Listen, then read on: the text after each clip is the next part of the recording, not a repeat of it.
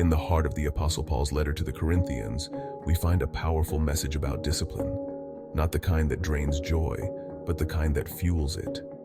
Paul, a man of relentless passion, understood that a life lived for Christ demanded discipline. Think about it. Anything worthwhile in life requires discipline. A strong marriage, a successful career, a healthy body, all are products of consistent effort. And so it is with our faith.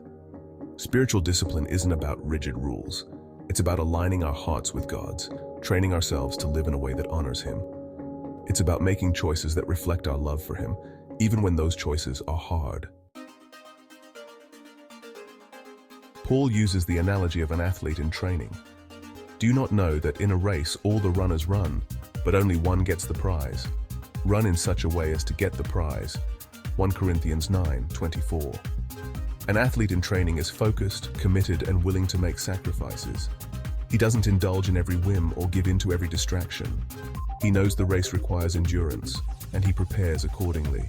His eyes are fixed on the finish line, not on the temptations that might sidetrack him. This is the heart of a disciplined life. Imagine a runner stopping mid-race for a cheeseburger and fries. It sounds absurd, doesn't it? Yet how often do we sabotage our spiritual progress by giving in to distractions and temptations that pull us away from God? Think about the heroes of faith we admire. Men like Abraham, Moses, David, and Daniel. These were not perfect men, but they were men of remarkable discipline. They faced giants, endured hardships, and overcame temptations, all because their faith fueled their determination. Abraham left his homeland, trusting in God's promise. Moses confronted Pharaoh, obeying God's call. David battled Goliath, armed with faith in the Almighty. Daniel faced lions, refusing to compromise his convictions. Their stories are not just ancient tales.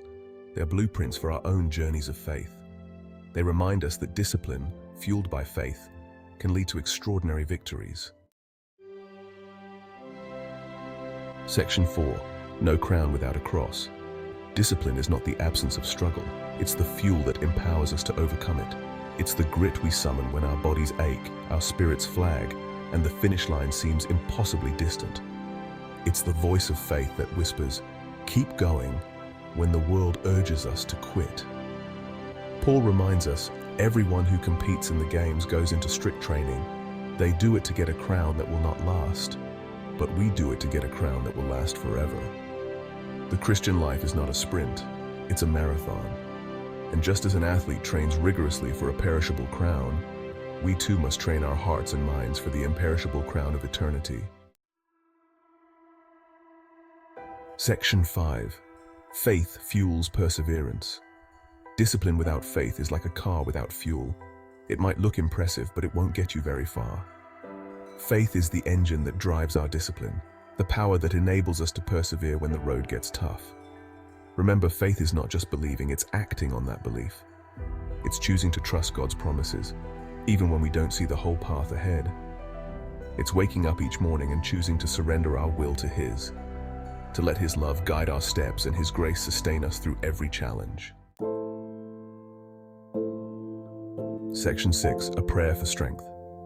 Father, thank you for the example of Paul and the countless others who have run the race of faith with endurance.